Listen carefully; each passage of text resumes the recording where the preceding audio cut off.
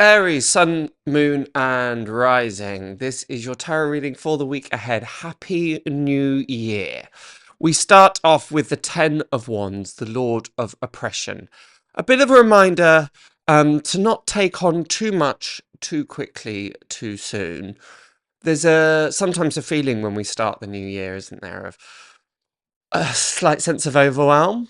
There can be a sense of excitement and adventure, which I want to touch upon a little bit later. There can also be a sense of, got to do this, got to do that, got to achieve this, got to get the perfect body, got to get my mindset in the right place, got to get my spiritual practice in place, all of these things. And we create this never-ending to-do list of all the things that we need to accomplish and achieve in the year ahead. There's just a reminder, as I say, because we've got the Ten of Wands, which is very often about trying to carry too much at the same time, or taking on too many responsibilities. There's often a contrast between having some time off, reconnecting, relaxing, and wanting to almost remain in holiday mode. Breaks are necessary, they're important, they replenish us, absolutely an essential part to life. There can be a feeling of trying to get the engine started again and it almost spluttering into action. And we get into this head place of, oh, if only, I'd love a little bit longer, oh, and this sense of dread. And I would really encourage you this week, Aries, to not enter into that headspace, but rather follow the example of the Queen of Swords. The Queen of Swords is an energy that is very decisive, very proactive, and most importantly, is able to cut things down into bite-sized pieces. And this is the approach that you need, perhaps not even just for the week, but perhaps for the longer term. That may include 2025 in general. That may include just, okay, the next couple of months. There's a real need and a real call for you with this Queen of Swords energy to be decisive, to make your choice and stick with it. There's a time where, particularly when it comes to this, that we either try and take on everything simultaneously, or we make a decision and then second guess it. We make a decision and then second guess it. And the Queen of Swords, for all her foibles, sometimes she can be a bit ruthless. Sometimes she can be a bit too regimented in her thinking. But here it feels, particularly as she has her back turned to that Ten of Wands energy, there's a sense of, oh, this is the way to look forward. This is the way to leave that Ten of Wands energy behind you and get on with what needs to happen. There is that tipping point, as I mentioned, between rest and action, and sometimes there can be a sense of dread, and trying to warm up the engine can feel a little bit heavy. So rather than thinking, oh gosh, I've got to do this, I've got to do this, I've got to do this, really focus on what are you excited about? What is your vision? Not necessarily for the year ahead, because again, we're thinking on the big scale, but what's your vision for the week ahead? Are we excited to see particular people at work? Are we excited to embark on that new project? Are we excited to be going back with a newfound attitude or this newfound sense of rest? There's convalescence, as I mentioned, is great. That rest and restore is very, very necessary, but it does need to be balanced with action. And Wands is all about action. And the issue is most likely arising by the fact that we're thinking, oh, I've got to do everything. You don't have to do everything. This is a gentle reminder, you don't have to do everything. Small, little bite-sized pieces is gonna guard you against this sense of overwhelm and this sense of dread.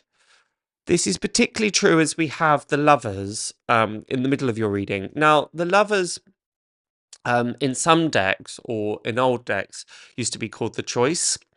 And I really like that, particularly as it links with Gemini, the air sign. So for me, it's often about decision making. And the union between Adam and Eve, as depicted in the Lovers. Adam representing the conscious mind, Eve representing the subconscious mind. There's a marriage between those two aspects. So for this week, it's really great to be asking those questions. Well, what does my gut tell me and what does my brain tell me? Head and heart. It's about balancing those. Have we got just in this point of emotion, just in this point of dread, perhaps, particularly these heavy emotions? Is that serving us? Is that doing us well? Or actually, do I need to be a little bit more rational? Remember that feelings aren't always reality. Or are you just getting too much in your head? You're getting into this real planning mode too quickly, too fast. What does your gut feeling have to tell you? Also, what does your heart have to tell you? There is a sense, and there is a reminder, and there's a silver lining to all of this with the Fool card. I really love to see the Fool card, particularly at the beginning of the year. The Fool card is not about being idiotic or foolish. Sometimes it can be, but in this instance, it's more indicative of adventure, of play, of excitement, of new horizons, new beginnings. It's also worthwhile, therefore, this week to look at what new thing do I want to start? That could be in the form of a resolution, of course. I would say that's more of what is a new hobby or what is a new thing to explore rather than a thing to do. Just twist it in that respect. Very often those new year resolutions can be, right, I'm going to go to the gym 5 times a week, and we're slightly setting ourselves up for disappointment. But actually, if you enter into a point of exploration and go, do you know what? I've never done rowing before. Actually, I want to learn everything there is to learn about this, because then we'll see it as a point of expansion rather than a point of rigidity, and rather than a point of kind of ticking boxes. As much as you can, enter into the week with a sense of exploration, with a sense of excitement, with a sense of who knows what this year may bring, in a really receptive place. So there's a bit of a balance, you'll notice, between the Queen of Swords, this decisiveness, and the Fool card. So if you're able to marry those 2 points, as the Lovers suggest, if you're able to find that perfect balance between these 2 energies, then you're onto a really, really good thing. I say that because you end your reading with the 7 of Cups, which is the Lord of illusionary success. It's interesting that your spread is bookended with these slightly overwhelming energies. They can sometimes be overwhelming. It's not despair. It's not, these aren't energies that necessarily the sense of overwhelm is matched in reality. Could be in part with the 10 of Wands, with all the responsibilities that you may need to pick back up in 2025. But certainly the 7 of Cups is the Lord of illusionary success. It's all about illusions, the 7 of Cups. And it's also about choices, interestingly enough. So this theme around choices keeps coming through. There's the wonderful teacher Carolyn Myers that says everything in life is a choice. The most powerful thing we have within our lives is choice. Therefore, are you going to place your choice, the choice of your mind, the choice of your actions, the choice of your emotions into this place of overwhelm?